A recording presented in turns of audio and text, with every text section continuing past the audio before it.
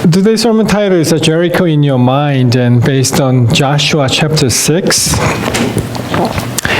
And I'm going to read chapter 6 and verse 7, NIV. But Joshua had commanded the people, do not give a war cry, do not raise your voices, do not say a word until the day I tell you to shout. Then shout. Wow, I'm going to preach 1.5 hours. The clock didn't fix yet. Okay. Don't panic. Okay. Let me begin with this thing first. What is this? Coronavirus. How did you know? Did you see the virus? Well, I don't know. Does it look like a crown? Corona. It's from crown, but well, in a sense, some pretty the shape causes a lot of pain and trouble these days. And as you notice that a nearby church is pretty much all closed. Santa Rosa closed, and I'm not sure, but I was heard the San Peraluma closed and Sebastopol closed, right? Yeah. So unprecedented event. Never happened before. The Korean folks understood that during the Korean War, still the church was open. But as you heard the news that the Southern California Conference, they commanded the churches to be closed. So at least end of March. So Southern California Conference, I'm pretty sure that Southeastern Conference as well. Was it Southeast California Conference or East-South California Conference? In California, it's a big territory, north and south, right? So we have 4 conferences, Southeastern, Southern, Central, and we belong to Northern California Conference. But still, the Northern California Conference didn't say anything specifically whether or not closed, open, but they sent out some important materials to consider NAD level and also our Northern California Conference level. Do you travel a lot? These are the collection of passports. Probably most of you got this U.S. passport. We call it Eagle passport, right? And on the top, second from left, that's Republic of Korea, my home country. It is said the power of that particular passport, there's a little different grades, degree, level. And guess what? Korean passport, it's ranking number 2, which means you can go to other foreign countries without visa, like Korean national, they come to America without visa for 90 days. Or some countries, arrival visa. You don't have to get a visa in advance, but when you arrive at a particular country and they issue the arrival visa, it's basically, they call it arrival visa, but it doesn't sound like a visa. Visa has to be way before, but they arrived at and pay, and they. So the rank first, the first prize is Japan and Singapore. They can travel 190 countries without any visa, only the passport, and they can travel. So around the world, about 200 countries, and 90 they can go freely. And Korea used to be the second place. Third place, Denmark, Italy, Luxembourg, 187 countries. Fourth place, France, Spain, Sweden, 186 countries. In using your U.S. passport, how many countries can you visit with a visa? Did you have any guess? U.S. ranked sixth, 184 country. Used to be first or second, but after the Donald Trump on the place, and it goes down. I don't know why. Yeah, it is sad. I was told in that way. So United Kingdom and United States, same, the sixth. Along with Belgium, Canada, Greece, Norway, Switzerland, and United Kingdom, like that. The reason why I call this story is because the Korean passport used to be number 2, but because of this coronavirus, about 106 nations, 106 countries, no thank you, don't come, like that. So this virus makes Korean passport powerless. As you can see, the Trump administration to extend European travel ban to include UK and Ireland. It's quite recent news. So European trip ban. You can't go to Europe and you can't come to America from Europe, like that. So we are living in a different country. As you noticed that this past week, Governor Gavin Newsom, right, he announced that gatherings of more than 250 people should be canceled statewide. But thank God we are less than 250. That's why we are open today. But we can take this very seriously. I am really concerned about your health and your well-being, as well as your spirituality. So I'm trying to keep the balance, and we have to decide some very heavy decision today. And Donald Trump to declare state of emergency, as you could hear yesterday. So now we are living in a state of emergency.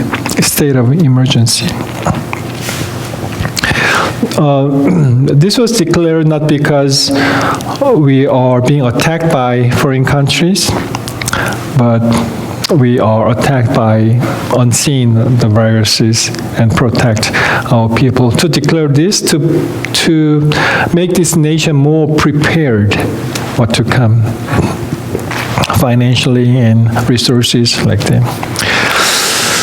So this is a summary of what we should do and don't, right?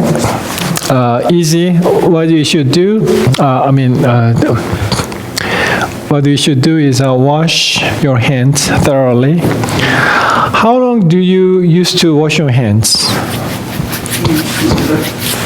Well, they want you to wash your hands so that you can sing happy birthday twice. And I heard on one of the Adventist networks sing the doxology. Doxology.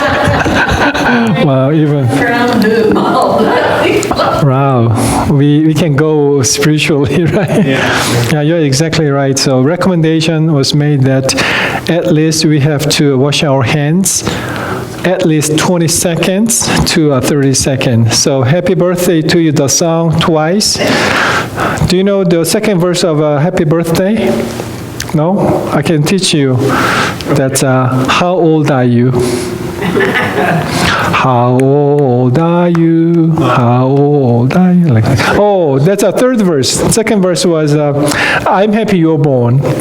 Oh. So you are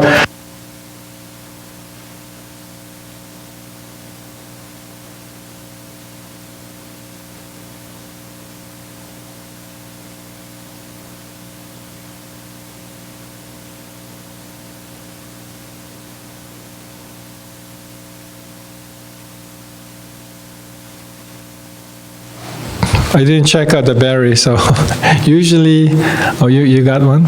Usually, Let me take that from you.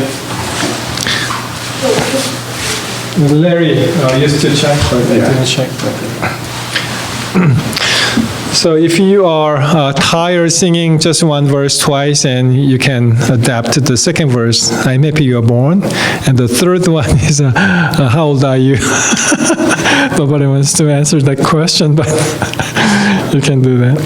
So wash your hands thoroughly.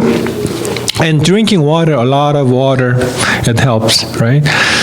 Some says that every 15 minutes we should drink water. We sip the water because it gives you the moisture, enough moisture to protect yourself from outer unwanted income, right?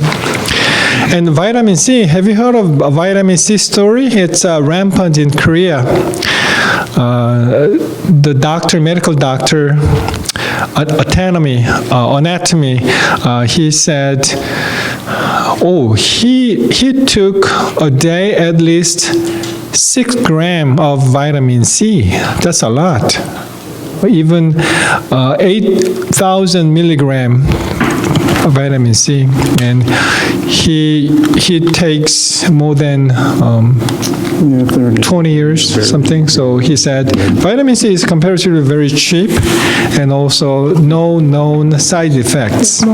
So he recommended vitamin C. Yes. And if you get more than 2 years, you just eliminate it. Unused. You know, it's not something that sticks around for days ahead. You gotta take it every day. Unused, it stays for 10 years. Pee out the Right. Right. So there is no overdose, and there is unnecessary vitamin C, and it goes out like that. It is not accumulates in your body like that. Some vitamins, it's not soluble, and they can accumulate like that. So try that one if you caught a cold and flu, and highly recommended. You don't have to take a vitamin C that much regularly, but especially this season, and try that one. And social distance, 6 feet. Because when you talk, there is your, what you call it, saliva, breath, and some little droplets. So avoid the droplets infection, and 6 feet. So I can shake hands with Jerry remote like this. No physical touch, and with my warm heart, right? And stay home if you are sick, or stay home at this time. Staying home is a better option sometimes. Okay, this is don't list. Don't shake hands, no physical touch, right? And don't hug, but give a nice smile to others with your warm hearts, right? Does it make sense? And not even the fist bump. No anymore, but like the elbow and shoulder bumps like that. So no more physical touch. And did you notice that occasionally, and we touch our face, nose and eyes and mouth with our hands? Yeah. Right. And did you notice that? So don't do that. That's an opening door to the common cold and flu and viruses like that. And don't travel at this time, because did you hear the news that San Jose Airport, and there are 3 or 4 TSA, the agent, they got confirmed cases. So it is called the International Airport, San Jose, but still domestic airlines crowded like that. Okay, I'm just wanting to put some emphasis on the social distance. Why is it so important to 6 feet in metric system, 2 meters apart? And this is some video clip that I'd like to want to share this?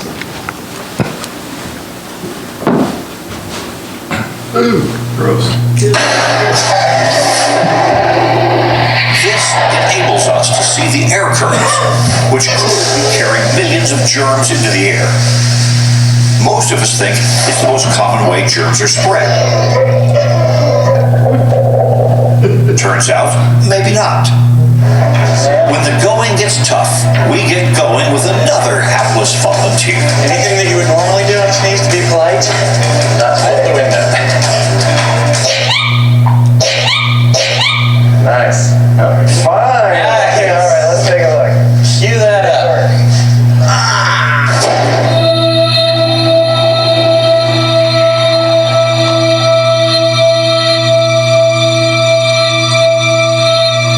This is beautiful. Okay. Walk us through this. So at this point, she's reached full inhalation. Her lungs are full of air. The anticipation is getting there. She's about to open her mouth, expel the air at about 100 miles an hour. This is what 100 miles per hour looks like. Snot comes in kids and animals, apparently. Most of the snot comes out of the nose, and adults mostly the mouth. So you're expelling about 40,000 little particles per sneeze. Wow, the average human sneeze. 40,000 particles carry something like 100,000 germs from one little sneeze. Pretty sobering. But now, to up the ante. We have this UV reactive dye, and we're going to give a little bit of gel for his mouth, and when he sneezes, it should see it right on the plexi. Again, the tension mounts.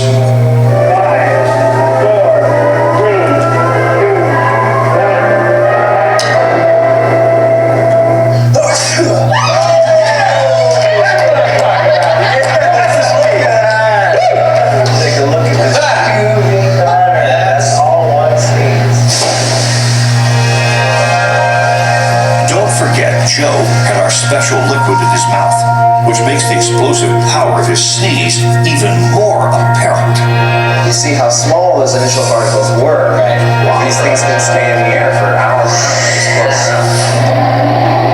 Millions and billions of germs floating in the air for hours.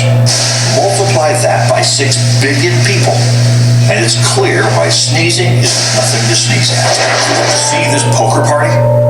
Well, it's actually our lab for an experiment to see how germs can spread. So the UV light fluoresces this UV dye, and under normal light you don't see anything. But in ultraviolet, we're going to be able to catch exactly what happens with this dye. That's pretty cool. So we got a helmet with that same UV dye. We can put it on, and we're going to have Dan imitate a sick person. So if you want to start playing some cards, we should get a real good look at what happens in a normal poker game when germs spread. So here's the deal. We've created a black light friendly mucus that our players can't see, so we can get an honest assessment of just how far that mucus can spread. What's not to like? Why don't we go throw some other germ worm? Yeah. We'll come back here in 10 seconds. Have fun with poker, guys. How's the game going, guys? Back for a quick status report at the poker table. Show what does Dan look like in a second. Dan? Yeah, it's dripping mess. Oh, man. Who's winning, by the way? Deal it. And see our players' hands. Alright, how's the poker game been? Oh, it's good. It's been 45 minutes since we gave Dan our specially modified helmet and infected him with our substitute bacterial goo. Under normal light, this liquid is invisible, but under UV light, we can see just how far our germs have traveled. Can we bring the UV light in? We're going to give you guys a look at what we've been looking at. This is disgusting. Alright, I think you guys got to consider the game over. So let's take a look at all the things on the surfaces. Yeah, poker. They're a UV representation of germs. Alright, we got fingerprints. Oh, the glasses. Dan's glass is looking pretty sickly. Sips out of that, hopefully. And the chips, a lot of that marks all over the place. It's everywhere. Bowls, it's on Table is covered. But did the germs spread to the other players? One at a time. Hey. Glad I didn't make out with you, Dan. I'm getting kind of a bit of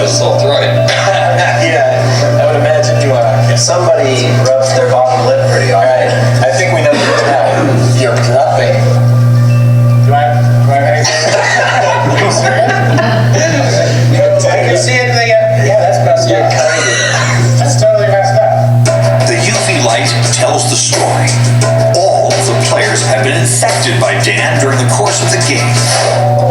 Dan's germs spread from our Time Warp helmet to the cards, chips, and from one player to another around the table. In microcosm, this is just how killers like the flu manage to hitchhike around the world, and the reason why pandemics get started. What can we do? Well, start by washing your hands a lot. Guys, I said your hands. Anyway, that's why we have clean running water.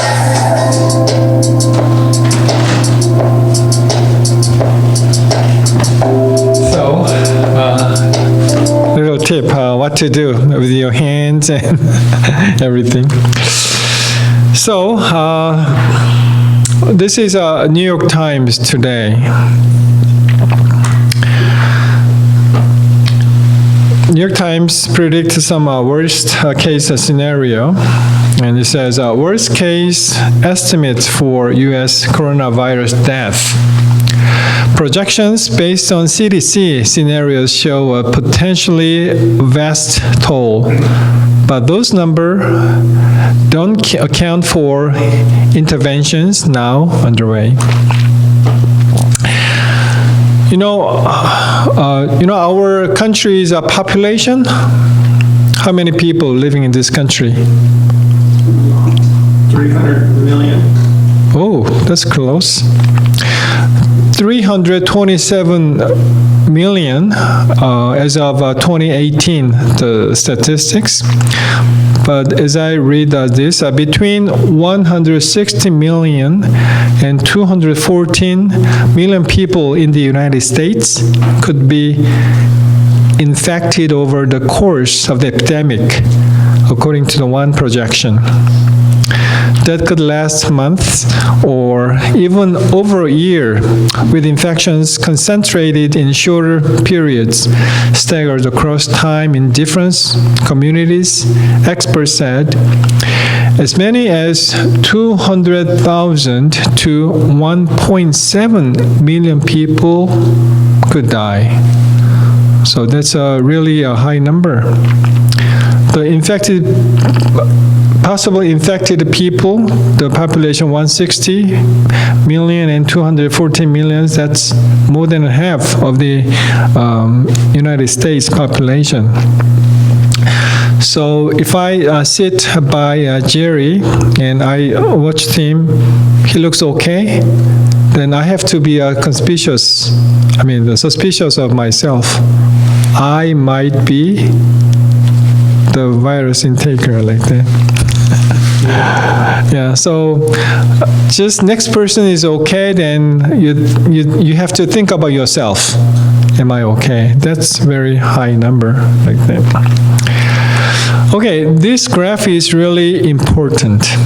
Flattening a pandemic's curve, why staying home now can save lives. You know, the left graph is so peak, right? And the other graph is a little gradual like that.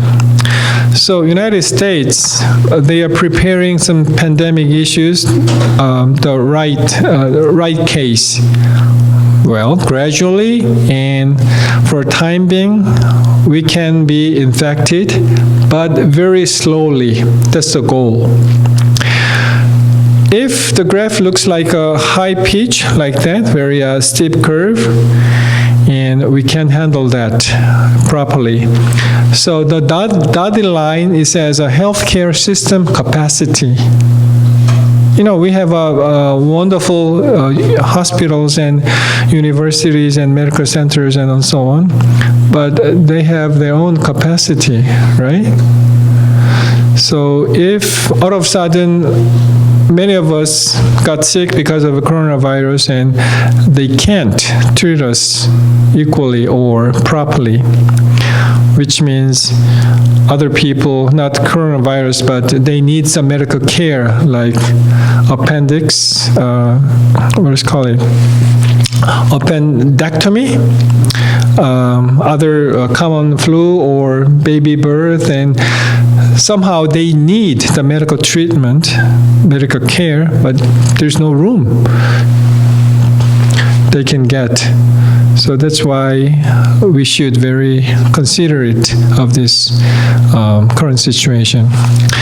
So unlike Maria said to us, I don't think this is an issue of faith or unbelief. This is not an issue of cowardice or bravery. This is the issue of consideration to keep our community, our country healthy, because we have to go together. If this church is closed next Sunday, this is not a surprising news to you, because we are going together and we are going to prepare this pandemics the best way we can do. There's a story in Korea. This Saturday, this coming Saturday. Yeah, this coming Saturday. I'm give you some example. In Korea, we have a religious group, religious cult. I don't even want to say that's a Christian group, but they are just claiming that we are Christian.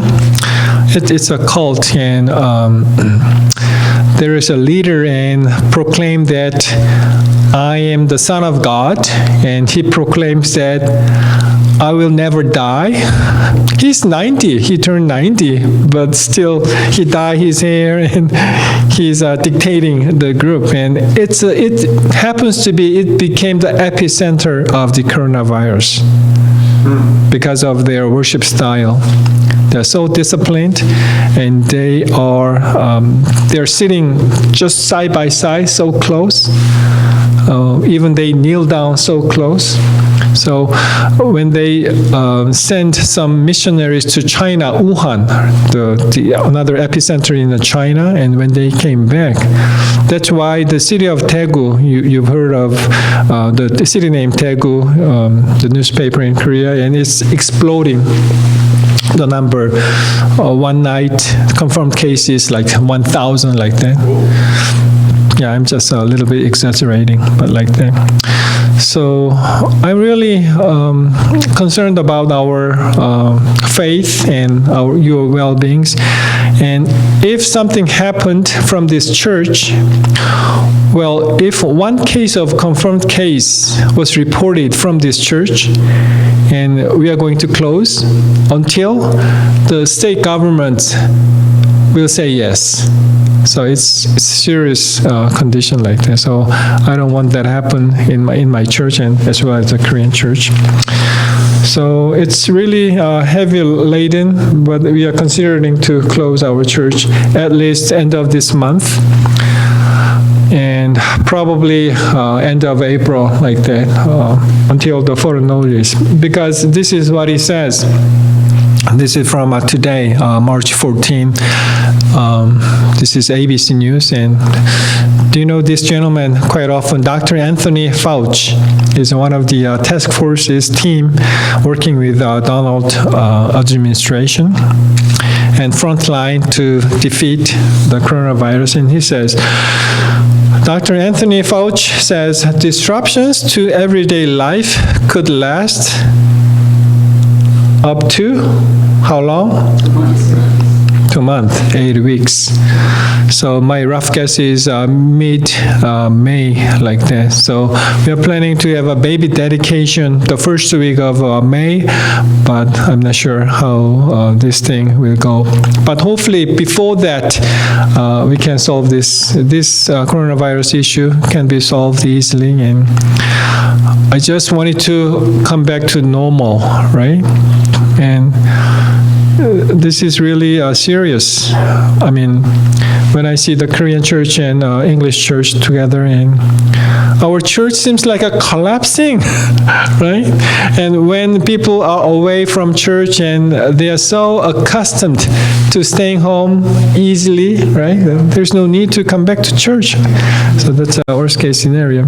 But still, we have hope. I brought this bicycle picture to tell you my experience with my son. And when he was young, and I ordered a bicycle to have him practice. So guess what? Order from online, I have to assemble those bicycles, right? So the first obstacles that I have to climb up is to assemble. I'm not very good assembling those. I'm unlike Jerry. I'm not MacGyver. I don't have a MacGyver hands, or even not have any MacGyver foots, right? So I just assembled successfully and have him ride on a bicycle. And all of a sudden, he came back with a flat tire. Oh, another problem I have to solve, right? So I have to, not very easy without any proper tools.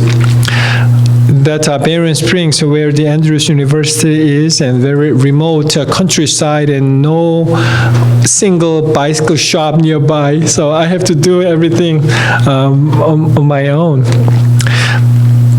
So I just fixed it, and the other day I found one pedal, foot pedal is off loose because I didn't assemble this properly. So what's called it? The nuts and what's called it? Bolts. Yeah. Not a washer. Yeah, nuts and washer or something, and it's worn out when I continually have him ride on a bike. So the pedal is out. So, oh, what should I do? But I had to order the crank and reassemble it. So each time when I have problems, and in Jesus I could solve, and I got the solution. That's a good news, right? So in our world, spiritual world, and I don't know, does it look like a Jericho? Let's just assume that this is a nice fortress. We may encounter these obstacles on and on, right? In Korean expression, we call it mountain after mountain. When you climb up the mountain very hard and gasping your air, and you conquer it, but guess what? See, there's another mountain to go to deal with. So our life is a series of our problems. But good news is that when you encounter some problems, that means you are still alive, right? The dead man, dead woman, they don't care about the problems, and there's no problem.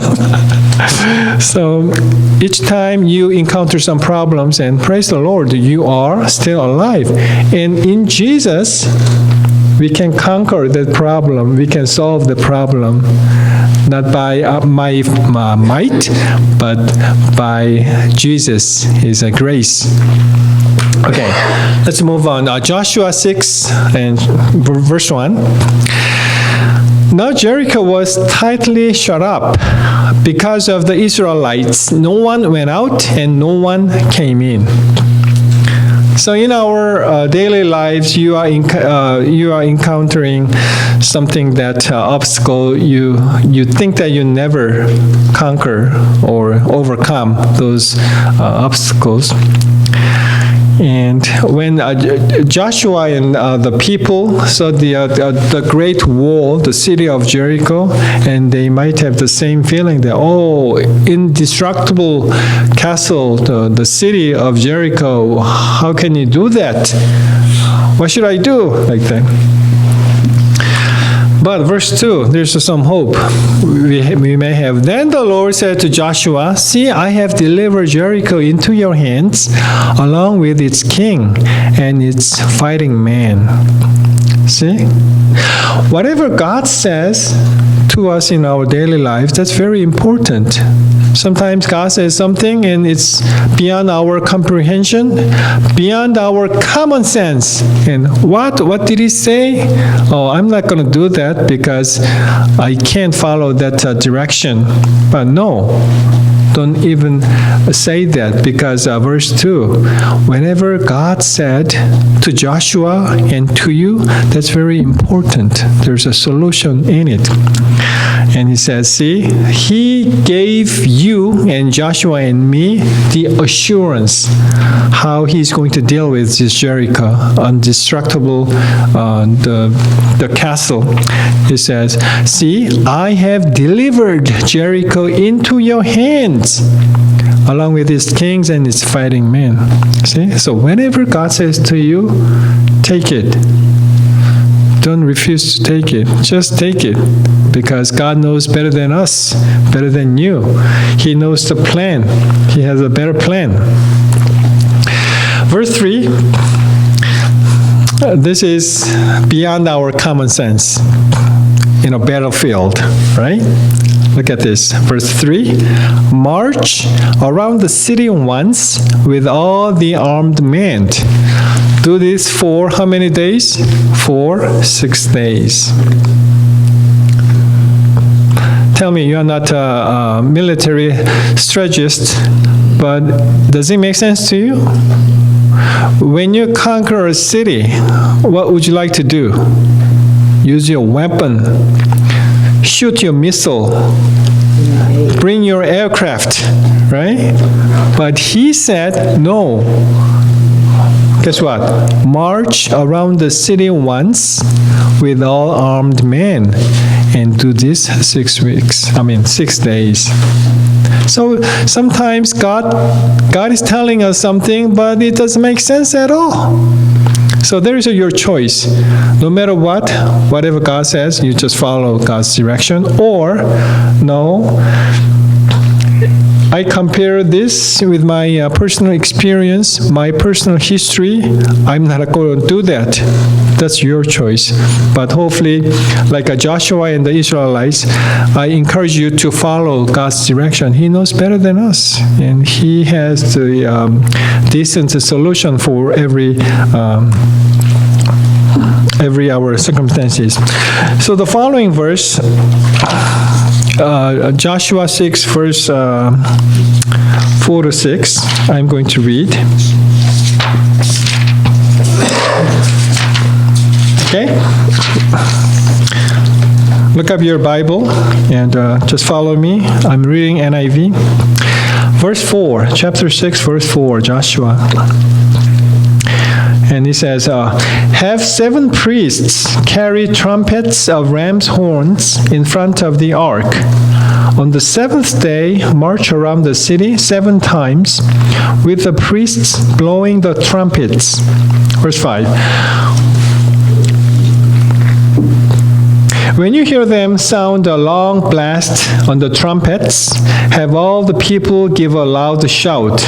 Then the wall of the city will collapse, and the people will go up, every man straight in. And verse 6. So Joshua, son of Nun, called the priests and said to them, take up the ark of the covenant of the Lord, and have 7 priests carrying trumpets in front of it. So guess what?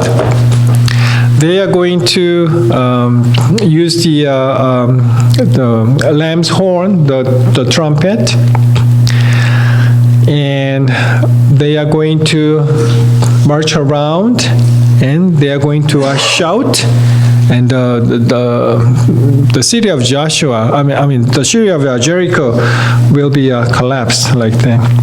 So does it make sense to you in your own experience and your knowledge and your background and your common sense, right? Sometimes God is telling us to do something beyond our imagination. But the thing is that we are going to follow His direction. Guess what? We are keeping the Sabbath holy. 6 days we work, but the 7th day, this is our Lord's Sabbath, and we keep it holy, right? In outside, the people, the merchants, they are. Do you think that they are selling? Which day do you think they are selling more? Will it be weekdays or the weekends? Usually weekends, right? So Saturday, Sunday. But God said, no matter what, no, this is the day. I'd like to have a communion with you, fellowship with you. This is my day. So just follow me and worship together. Have an intimate personal relationship today. God is asking us. So it's up to you whether you follow God's direction or follow the worldly direction. Okay, are you crazy, right? You can make more money on Saturday. No, God is more important than our money. In verse 10, read again. But Joshua had commanded the people, do not give a war cry, do not raise your voices, do not say a word, until the day I tell you to shout, then shout. This particular text gives me a good reminder that, in a sense, we are making so many noises in our church, making so many voices in our workplaces, in my home. Because God said, be quiet and follow my direction, we oftentimes just grumble, and oftentimes we complain. Where's God? What did God ask me to do this? And we are just doing something. And we are making voices, a noise. But God said, do not make any war cry, do not raise your voices, do not say a word, because God is in action. God is going to do something miraculously in our lives. In Joshua's time, the same God, He did in a miraculous way. And our present time, He's going to do something new in our lives. This is an issue of faith and unbelief. So verse 20, the conclusion. When the trumpet sounded, the people shouted, and at the sound of the trumpet, when the people gave a loud shout, the wall collapsed. So every man charged straight in, and they took the city. See? When the same thing will happen in your lives. When you are encountering some obstacles and great wall that can prevent you from doing something, but remember, it is not us, it is not you, it is not I who is going to conquer this war. This is God's holy war, and He is going to be in charge, and He is going to do something in our lives. Amen. That's because we lower down our voices and listen whatever God says to us. And when He said, this is time to shout, and then we just follow His command. This is my favorite cartoon. Do you remember the VeggieTale? Yeah. VeggieTale? My boys were little, and I bought the VeggieTale, and it was well made, and interestingly well made, and we can get some lessons. And I'm going to give you some treat. No matter how old you are going back to your sub-teens or even earlier ages, and let's watch. They marched, and nothing could stop them. On the seventh day, just like God had told them, they marched around Jericho 7 times while the priests blew their horns.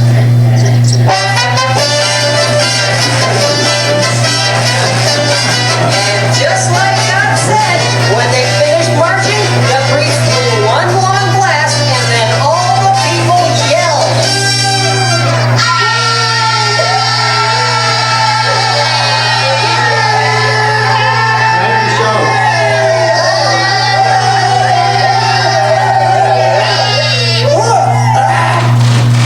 And nothing happened, right? Nothing happened. Uh-oh. And they made a ridicule. Nothing happened.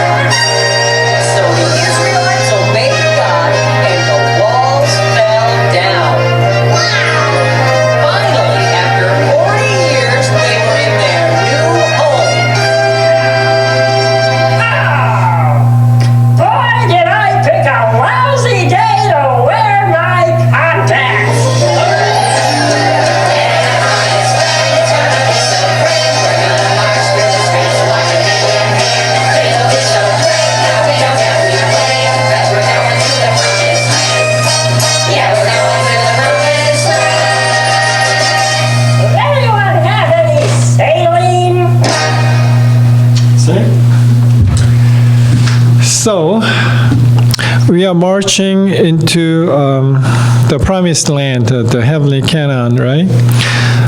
We may encounter some difficult times, but don't worry. Every problem, there's a solution that Jesus will provide. And this is the issue of your faith. Just hang in there.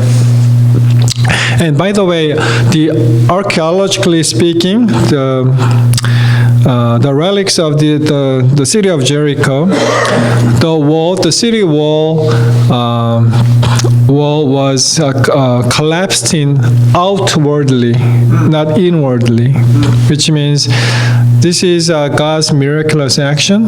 So guess what? In our common sense, when the city was attacked, and the wall should be collapsing inwardly because the force hit the wall and collapsed inwardly. But the archaeologist says that when they excavate the relics, and there is a sign that the city of Jericho was collapsed inwardly. No, not inwardly, but outwardly, like that. So that's really something that God made this miracle like that. Okay, this one, you may have heard of this story. This is a legendary story, the Jewish culture.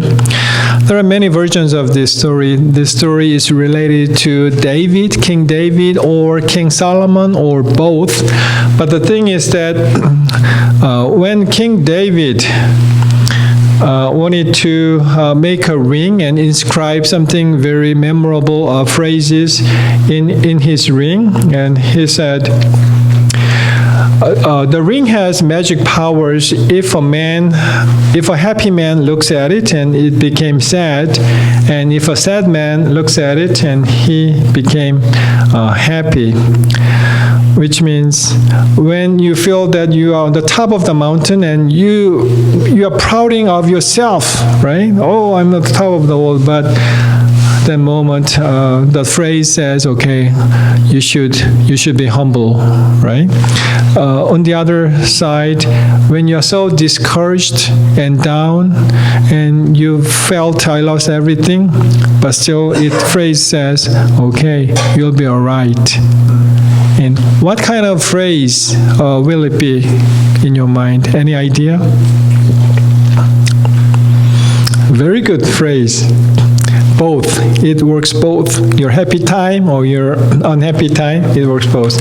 And it says, this too shall pass. This too shall pass. So, are you happy? The first day of your wedding, you're so happy, right? But this too shall pass. There's a time you'll encounter some difficult time. When you go through some difficult times in your own life, but still, this too shall pass. Just hang in there with your Christ. Ephesians 4:14, it says, for he himself is our peace, talking about Jesus, who was made to one and has destroyed the barrier, the dividing wall of hostility. By abolishing in his flesh the law with its commandments and regulations, his purpose was to create in himself one new man out of the two, thus making peace. 16. And in this one body to reconcile both of them to God through the cross, by which he put to death their hostility. He came and preached peace to you who were far away, and peace to those who are near. For through him we both have access to the Father by one Spirit. So this is our testimony, that the same Jesus who is going to destroy the obstacles, the barriers in front, but the same Jesus will destroy the barriers between you and me, between our brothers. If you have a hatred, if you have something severely hurt by somebody, but still, Jesus, through his cross and his sacrifice, he's going to be our medium to be consolidate those problems, and he's working fine. I mean, if we are under his foot, on his cross, under his foot, and remembering his sacrifice, and he is going to abolish all the barriers, all the war that we may build between people. And now the coronavirus that makes a build war, there's a social distance, but this to pass, right? And if we are hanging there, keep faith in Jesus, and we'll be okay. We'll be okay.